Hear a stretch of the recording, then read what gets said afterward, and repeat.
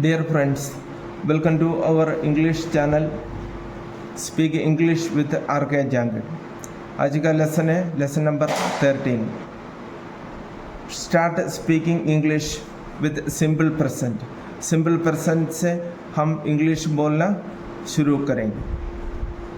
देखो, learn to answer WH questions.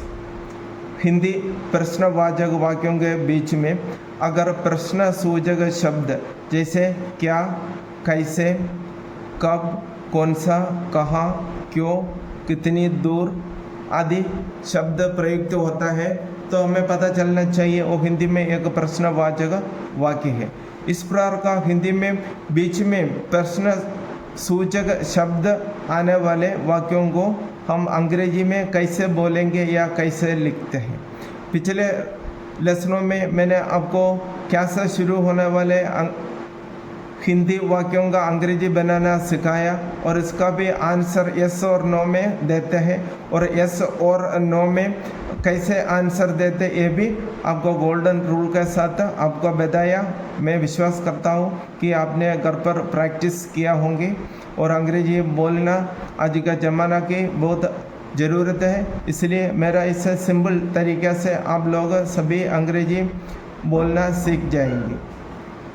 अभी आज का लेसन में मैंने पहले बताया हिंदी प्रश्नवाचक वाक्यों का बीच में प्रश्न सूचक शब्द आएगा तो हम इसका अंग्रेजी कैसे बोलेंगे और कैसे लिखेंगे। उदाहरण के लिए प्रश्न सूचक शब्द का उदाहरण है क्या, वह क्या करता है, वह कैसे करता है, वह कब करता है, वह कौन सी बुक पढ़ता है, वह कहाँ जाता है, वह क्यों रोती है, वह कितनी दूर चलती है।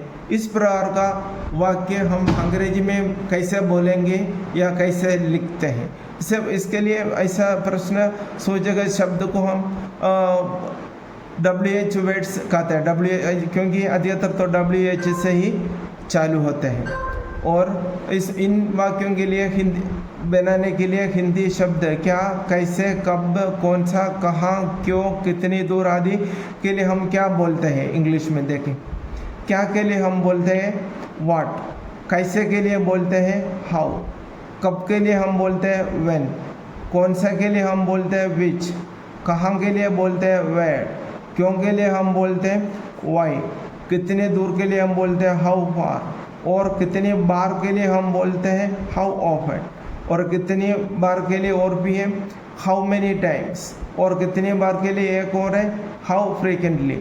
और इसके अलावा कई सारे प्रश्न सूचक शब्द होते हैं वो मैंने लिख रखा है। आने वाले लेसनों में अगर ये याद करोगे आप तो मैं आपको क्लियर बता दूंगा। अभी एक बार और आज का लेसन के बारे में आपको बता रहा हूँ। हिंदी में बीच में प्रश्न सूचक शब्द आने वाले प्रश्नवाचक वाक्यों को हम कैसे बना सकते हैं। कुछ उदाहरण के लिए कुछ प्रश्न सूचक शब्द भी मैंने बताया और इसका बराबर का अंग्रेजी शब्द भी मैंने बताया है। अभी इसका रूल हम कैसे बनाएंगे।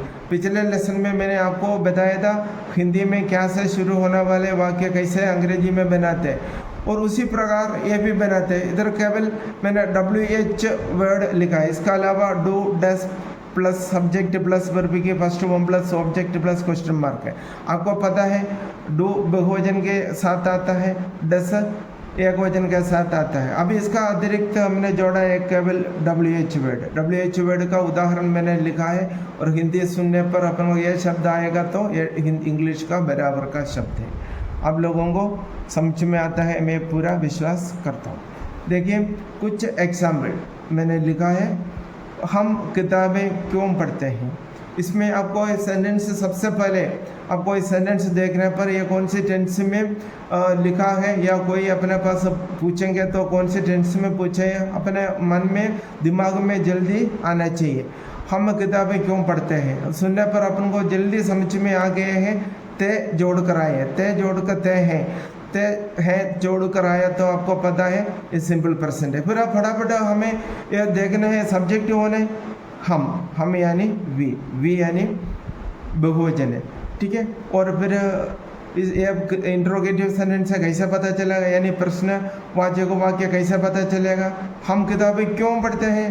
क्यों बीच में क्यों आया, इसलिए मैंने इधर लिखा है हिंदी प्रश्नवाचक वाक्यों के बीच में अगर प्रश्नसूचक शब्द यानी यह वाक्य प्रश्न है, ऐसे हमें सूचना या संकेत देने वाला शब्दों को हम प्रश्न सूचक शब्द बोलते। इधर प्रश्न सूचक शब्द क्यों होते हैं? क्यों के लिए मैंने आपको बताया, क्यों, वाई यानी कुछ कारण बताने के लिए, वाई यानी क्यों। हम किताबें क्यों पढ़ते हैं? हम काम करने वाला है, क्या काम करता है? पढ़ने का कार्य करता है, क्या पढ़ता है पूछा तो किताब है। हम यानी सब्जेक्ट, पढ़ना यानी इधर वाक्य में आएगा तो पढ़ते हैं, या पढ़ते हैं यानी इधर वर्ब है, और किताब ऑब्जेक्ट है यानी कर्म है। और इधर क्यों यानी WH वर्ड अभी आपको समझ में आ गया। WH वर्ड प्लस डू या डस, या बहुवचन हो तो डू लगाना, एकवचन हो तो डस लगाना, फिर सब्जेक्ट जो एकवचन है बहुवचन वो लिखना, फिर वर्ब का फर्स्ट फॉर्म। पहले मैंने आपको समझाया या बताया, डू और डस का बाद हमेशा वर्ब का फर्स्ट फॉर्म ही आता है। हम किताबें क्यों पढ़ते हैं? देखो हम के लिए भी है, और प्रश्नसूचक शब्द क्यों यानी इधर वाई, इसलिए प्रश्नसूचक शब्द वाई से शुरू करना। Why do, subject we, why do we. पढ़ने को रेड बुक्स, कैसे बोलेंगे हम? Why do we read books. English मैंने नहीं लिखा है, इंग्लिश का मैं कल बताऊंगा। देखो मैं क्रिकेट कहाँ खेलता हूँ, मैं काम करने वाला कौन है? मैं। क्रिकेट कहाँ खेलता हूँ, इधर प्रश्नसूचक शब्द है कहाँ के लिए अपन क्या बोलते हैं? कहाँ। देखना कहाँ के लिए वेयर, और मैं यानी आई आया तो आपको पता है हेल्पिंग वर्ब डू आता है। क्या करता है, काम क्या है, यानी वर्ब क्या है? खेलना। सब्जेक्ट में,